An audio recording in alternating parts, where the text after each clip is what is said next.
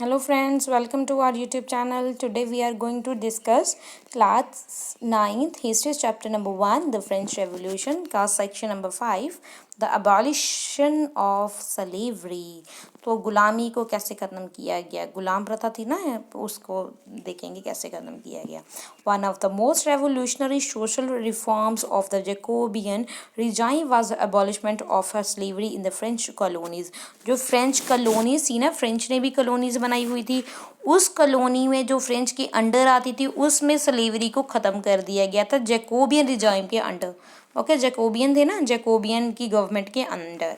The colonies in the Caribbean, तो जो colonies थी उनकी कैरेबियन में, जैसे कि मैर्टिनिक्यू है, ग्वाडेल्यूप है एंड सेंट डोमिनो है, ये इंपॉर्टेंट सप्लाईज थे ऑफ अ कमोडिटी. तो यहाँ पे क्या कौन कौन चीज़ की सप्लाई होती थी? Tobacco, indigo, sugar and coffee की. Okay, but the reluctance of the Europe to go and work in a distant and unfamiliar land meant to shortage of labor on the plantation. तो भाई ये अलग अलग place पे जब ये main को भेज दिया जाता था, लोगों को भेज दिया जाता था, तो फिर ये जो लेबर की शॉर्टेज हो जाती थी प्लांटेशन के लिए. So this was meant by a triangle slave. तो ट्राइंगल स्लेव सिस्टम चल रहा था किस किस के बीच में? यूरोप के बीच में, अफ्रीका के बीच में, यूरोप के बीच में, अफ्रीका के बीच में और अमेरिका के बीच में. ओके, इन तीनों में ट्रायंगल ये चल रहा था, ट्रेड स्लेव चल रहा था, है ना. The trade slave began in 17th century. ये कब शुरू हुआ था? ये 17th सेंचुरी में शुरू हुआ था. फ्रेंच मर्चेंट थे, जो फ्रेंच के मर्चेंट थे उन्होंने सेल करना शुरू किया. कहाँ से? ये बोर्डेस्क्यू या नैंटस से, जो टू अफ्रीकन कोस्ट. तो ये जो पोर्ट थे, कौन कौन से पोर्ट? नैंटस एंड बोर्डेस्क्यू पोर्ट से जो फ्रेंच मर्चेंट है वो इनको अफ्रीकन कोस्ट पे लेके आते थे. वहाँ से इन स्लेव्स को लोकल चीफ्टन्स को दे दिया जाता था. ओके, ब्रांडेड एंड शिकल्स, उनको शिकल करके अच्छे से, ठीक है, यानी कि हथकड़ियाँ वगैरह लगा के ना. The French were packed tightly into a ship. तो इनको टाइटली शिप में रखा जाता था 3 और 4 मंथ की वोएज के साथ. फिर अटलांटिक ओशियन में लेके जाते थे, फिर उसके बाद कैरिबियन लेके जाते थे. Then there they are sold. फिर उसके बाद इनको बेचा जाता था प्लांटेशन ऑनर को. Okay, the exploitation of the slave labour. तो इनको स्लेव के साथ जो लेबर यानी कि इनको गुलाम बनाकर इनसे काम करवाया जाता था. बहुत शोषण हो रहा था. Possible to meet the growing demand in European market for. तो ये जब ये इनके काम की वजह से ही जो डिमांड हो रही थी यूरोप में, किस किस की? शुगर के लिए, कॉफ़ी के लिए, इंडिगो के लिए, क्योंकि ये काम कर रहे थे ना. पोर्ट सिटीज़ थी जैसे कि वो डेक्सियो and Nantes on their economy prosperity. भाई उन्होंने तो बहुत पैसा कमा लिया इनको स्लेव्स को बेच के, और इनका जो स्लेव ट्रेड है ये बहुत फ्लरिश होता गया. तो 18th सेंचुरी में there was a little criticism of a slavery in France. तो थोड़ा थोड़ा क्रिटिसिज्म शुरू हो गया था 18th सेंचुरी में. जो नेशनल असेंबली थी, लॉन्ग डिबेट्स चली थी इसके पास के जो राइट्स हैं वो सभी को देने चाहिए, किसी भी मतलब सब्जेक्ट को जिसमें कॉलोनीज़ हैं वो भी इंक्लूड की गई, ठीक है, उनके ऊपर भी बातचीत की गई.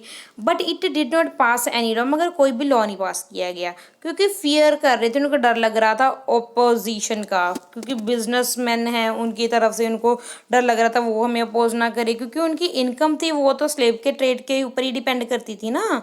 It was a finally convention. मगर फिर भी 1794 में ये कन्वेंशन किया गया, legislated to free all the slave in the French overseas possession. तो ओवरसीज तक जितने भी ये जो स्लेव्स हैं उनको फ्री करने का ऑर्डर दे दिया गया 1794 में. Okay, possession this however turn to be a short term measure. तो ये भाई मेजर तो बनाया मगर चाहे शॉर्ट टर्म ही चला. 10 ईयर लेटर, 10 साल के बाद नेपोलियन आ जाते हैं, तो फिर ये वो दोबारा ये इसको री इंट्रोड्यूस करते हैं. जो प्लांटेशन ऑनर थे वो अंडरस्टैंड कर चुके थे फ्रीडम को, as including the rights to enslave African negroes. Negroes क्या होते हैं? ये उन टर्म के उनके लिए यूज़ किया जाता था जो अफ्रीका के लोग हैं, okay, south of the Sahara में रहते हैं, और ये इंडिजीनस पीपल थे. It is a derogatory term not resort to a common use of any, यानी कि डेरिवेटिव एक घटिया किस्म की टर्म यूज़ की जाती थी इन लोगों के लिए, ठीक है। तो ये उनके इंटरेस्ट के लिए तो बढ़िया हो गया था जब ये दोबारा री इंट्रोड्यूस कर लिया गया था। मगर स्लेवरी है ना, जो फाइनली कब अबॉलिश की गई, 1848 में इसको फाइनली अबॉलिश किया गया स्लेवरी को। ओके, ये एमेंसिपेशन क्या होता है, द एक्ट ऑफ फ्रीइंग ही होता है। तो ये देख सकते हो, ये एमेंसिपेशन ऑफ द स्लेव देख सकते हो यहाँ पे। This print of the 1794 describe the emancipation. Emancipation का मतलब तो समझ रहे हो ना, फ्री, है ना। The try colour banner, try colour 3 colour का बैनर देख रहे हो ना आप, on the top carries the slogan, इसमें स्लोगन लिखा हुआ है, क्या है, the rights of man. The inscription below read, तो नीचे क्या लिखा हुआ है, नीचे लिखा हुआ है the freedom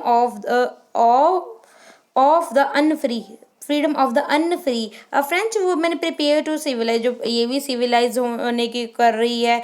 N African American Indian slave by giving them Europe close to ear, तो ये यूरोपियन क्लोज दे रहे हैं उनको, ठीक है, ये जो फ्री हुए हैं अभी स्लेव्स। ओके, तो ये देख सकते हो यहाँ पे आज हमने डिस्कस कर लिया है अबॉलिशन ऑफ स्लेवरी को, the revolution and the everyday life को हम नेक्स्ट पार्ट में डिस्कस करेंगे। Thank you and God bless you.